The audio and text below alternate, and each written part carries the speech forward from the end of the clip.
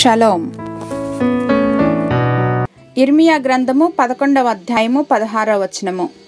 జెర్మయా chapter 11 verse 16. చక్కని ఫలము గల పచ్చని ఒలీవ చెట్టని యెహోవా నీకు పేరు పెట్టెను. The lord call you a thriving olive tree with fruit beautiful in form.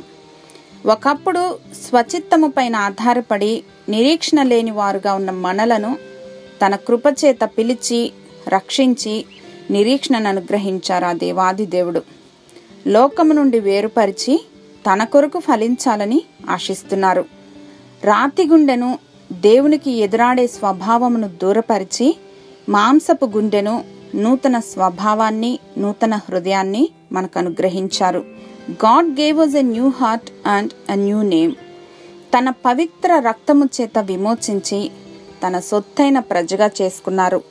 మన జీవితాలు దేవునిలో అంటకట్టబడి ఫలించాలని ఆయన ఆశిస్తున్నారు.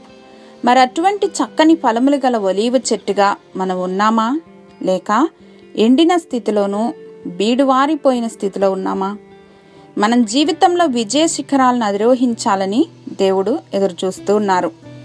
హృదయాంతరంగంను పరిశోధించే దేవుడు అగ్ని వంటి మాట చేత శుద్ధీకరించినప్పుడు మన విశ్వాసము పరీక్షలకు నిలిచినదై శుద్ధీకరింపబడి తిరిగి నూతనీకరింపబడుతుంది.